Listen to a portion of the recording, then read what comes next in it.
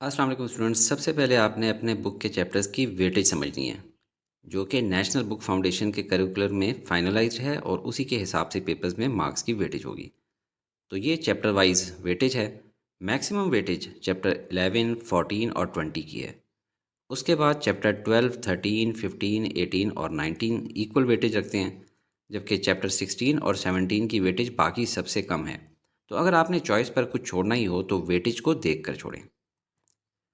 अब ज़रा paper pattern को अंडरस्टैंड करें। ये एक जनरल पेपर पैटर्न है। ज़रूरी नहीं कि अगर इस मॉडल पेपर के पैटर्न में चैप्टर 14 में कोई एमसीक्यू नहीं दिया गया तो ये मतलब है कि आइंदा भी नहीं आएगा। ऐसा नहीं है, हो सकता है।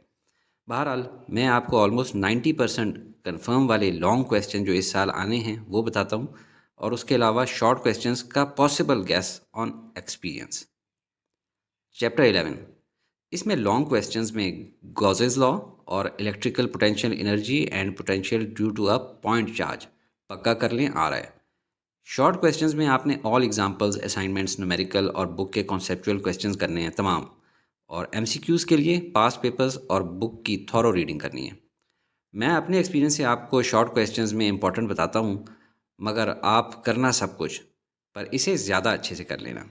Electric flux, Coulomb's law in material media, numericals जो कि रिलेटेड हैं मैग्नीट्यूड ऑफ इलेक्ट्रोस्टैटिक फोर्स से या कम्बिनेशन ऑफ कैपेसिटर से।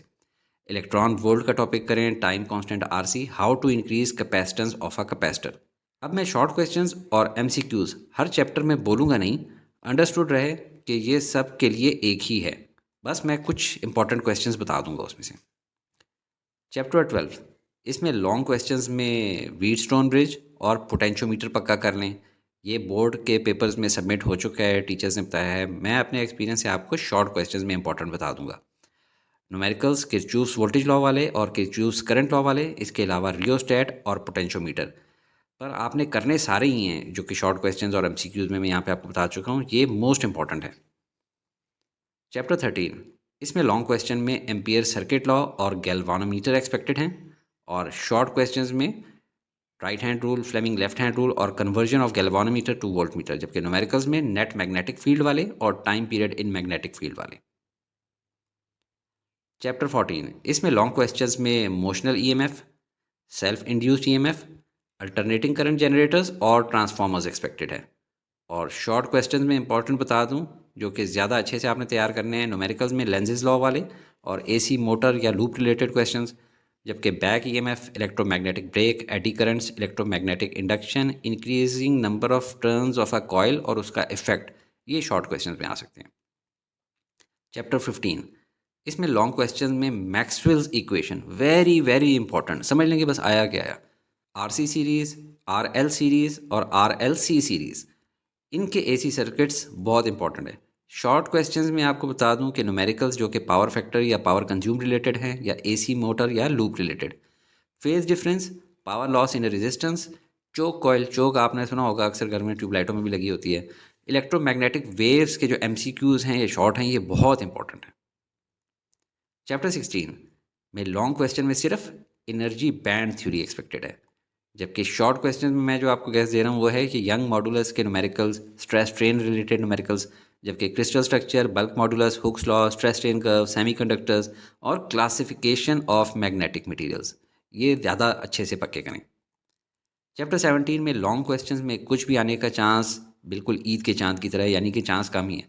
पर शॉर्ट क्वेश्चंस में आपको बता दूं कि करंट गेन वाले न्यूमेरिकल्स या इमीटर बेस करंट की जो वैल्यू कैलकुलेट करनी होती है वो numerical, semiconductor at high temperature, P injection, doping of impurities और रेक्टिफायर हाफ या फुल वेव, क्योंकि ये प्रैक्टिकल लाइफ में बहुत इंपॉर्टेंट है, एसी को डीसी में जब आप कन्वर्ट करते हैं।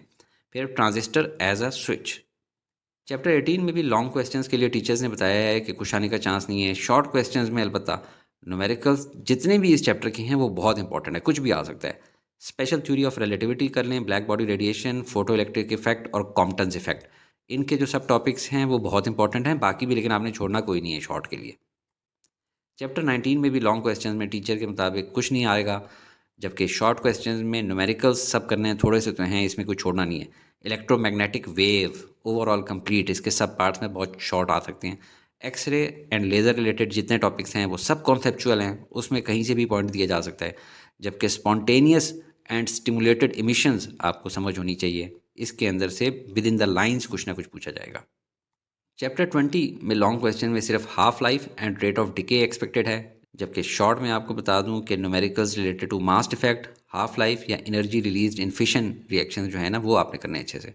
इसके अलावा आइसोटोप्स बहुत इंपॉर्टेंट है, अल्फ़ा बीटा गैमा की इमिशंस, जबकि biological and medical uses of radiations ये प्रैक्टिकल एप्लीकेशंस का सवाल आएगा। एक बार फिर बताता चलूँ कि लॉन्ग के लिए गैस बोर्ड में पेपर सबमिट करने वाले टीचर्स ने बताया है, शॉर्ट आपने पूरे प्रिपेयर करने हैं बट मेरे बताए हुए ज़्यादा अच्छे से करने हैं। बाकी अल्लाह से दुआ करें और मेहनत करें, इंशाल्लाह आपका पेपर बेहतर होगा।